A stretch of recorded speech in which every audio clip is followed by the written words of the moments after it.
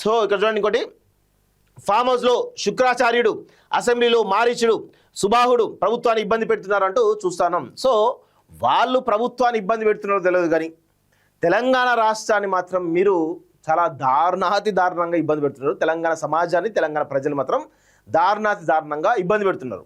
మీరు ఇచ్చినటువంటి హామీలు ఏవైతే ఉన్నాయో, మీరు మేనిఫెస్టోలో పెట్టిన అంశాలు ఏవైతే ఉన్నాయో వాటన్నింటినీ కనీసం నెరవేర్చకుండా ఈరోజు మీరు చేస్తున్నటువంటి పనులు ఏవైతే ఉన్నాయో అవన్నీ కూడా ఈరోజు పెద్ద ఎత్తున ప్రజలు గమనిస్తూ ఉన్నారు.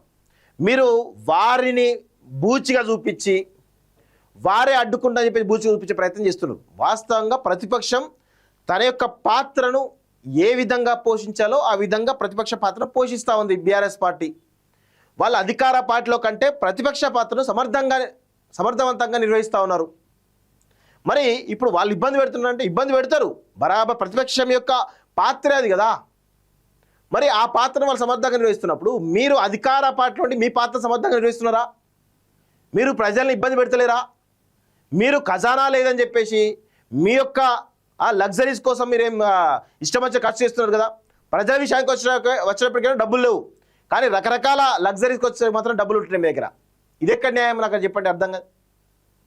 మీరు ఏదైనా సరే ప్రతిపక్షం మీద నెట్టేస్తామంటే ఇట్లా మీకు చిత్తశుద్ధి ఉందా? ప్రతిపక్షం చాలా తప్పులు చేసేది అధికారంలో ఉన్నప్పుడు చెప్పి మీరు చెప్తున్నారు. ఏ ఒక్క కేసులైనా ముందుకు కదిలిందా? లేదు కదా. సో ఈ విధమైనటువంటి పరిస్థితి కనబడతా ఉందని చాలా స్పష్టంగా తెలుస్తూ ఉంది. సో ఇక రేవంత్ రెడ్డి ప్రతిసారి కూడా కేసీఆర్ను, కేటీఆర్ను, అదేవిధంగా హరీష్ రావును విమర్శించకుండా తన స్పీచ్ ఉండట్లేదు.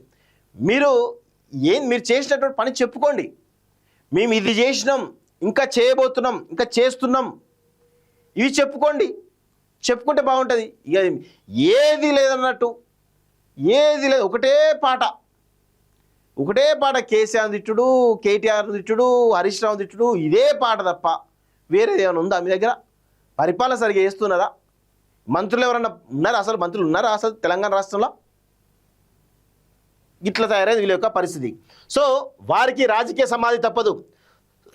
కేసీఆర్ని రాజకీయ సమాధి చేయడం రేవంత్ రెడ్డి కాదు కదా, రేవంత్ రెడ్డి జేజమ్మ వల్ల కూడా కాదు. ఎందుకంటే ఆల్రెడీ కేసీఆర్కు మీరు చేస్తున్నటువంటి నీచమైనటువంటి పరిపాలన వల్ల, దిగజారుడు పరిపాలన వల్ల ఈరోజు కేసీఆర్ను వద్దనుకున్నటువంటి ప్రజలందరూ కూడా ఈరోజు కేసీఆర్ కావాలనే దాకా పోయింది. ఆయన ఆరోగ్యం సహకరించక మీరు బయటపడుతున్నారు. కానీ ఆయన ఒకవేళ ఆరోగ్యం సహకరించి కనుక కొన్ని రోజులు ప్రజలలో తిరిగితే మీకంటే, మీరు అధికారంలో ఉన్న దానికంటే ఎక్కువ క్రేజు కేసీఆర్కి వస్తుంది. ఇంకా సింపతి వస్తూ ఉన్నది, మెల్లమెల్లగా ప్రజల్లో సింపతి గెయిన్ అవుతూ ఉంది. అసలు కేసీఆర్ దగ్గర తీయరనుకుని ఆయన చేసిన పాపాల వల్ల. కానీ ఈరోజు ప్రజలు, తెలంగాణ సమాజం కొంతమేర బీఆర్ఎస్ పార్టీ వైపు చూస్తుంది అనేది వాస్తవం. కేసీఆర్ వైపు చూస్తున్నారు అనేది వాస్తవం. అది ఎవరి వల్ల? రేవంత్ రెడ్డి చేసినటువంటి ఈ పరిపాలన వల్ల. సో ఇక్కడ చూడండి ఒకసారి, 2034 వరకు రాష్ట్రంలో ప్రజాపాలనే, రాష్ట్ర అభివృద్ధి కోసం ఎవరినైనా కలుస్తా, ప్రధాని మోడీని కలుస్తుంది. అందుకే ప్రధాని మోడీని కలిసేది ఎందుకో అందరికీ తెలుసు. నీ ప్రభుత్వం సుస్థిరంగా ఉండాలి 5 ఏళ్ల పాటనే నీ యొక్క అంచనా. దాని తర్వాత నువ్వు మళ్ళీ బీజేపీలో తీసుకురావాలనేటువంటి ఒక ప్రయత్నం జరుగుతుందా అనే అనుమానాలు కూడా ఉన్నాయి కదా. అసలు నువ్వే బీజేపీలో పోయి అక్కడ ముఖ్యమంత్రి అవుతావేమో అనేటువంటి అనుమానాలు కూడా ఉన్నాయి. సో ప్రధాని మోడీని కలుస్తుంది. అందుకే నాగోబా జాతరకు 22 కోట్లు మంజూరు, 300 కోట్లతో మేడారం ఆలయ అభివృద్ధి పునర్నిర్మాణం. నిర్మల్ బహిరంగ సభలో ముఖ్యమంత్రి రేవంత్ రెడ్డి సదర్మాట్ బ్యారేజ్ని ప్రారంభించిన సీఎం. చనక కొరట ఆయకట్టుకు పెన్గంగా జలాలు, హత్తి ఘట్ పంప్ హౌస్ను ప్రారంభించిన సీఎం అంటూ చూస్తా ఉన్నాం. నేడు పాలమూరుకు ముఖ్యమంత్రి రేవంత్ రెడ్డి అంటూ చూస్తా ఉన్నాం.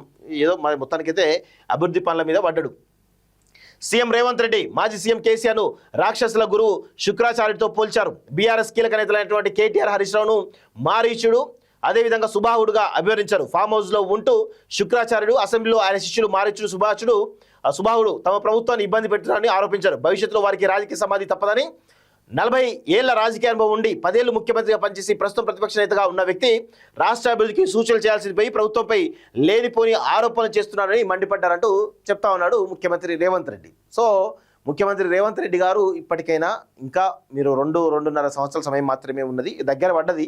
ఇక మిమ్మల్ని తెలంగాణ సమాజం దగ్గర తీయాలని గుర్తుపెట్టుకోండి.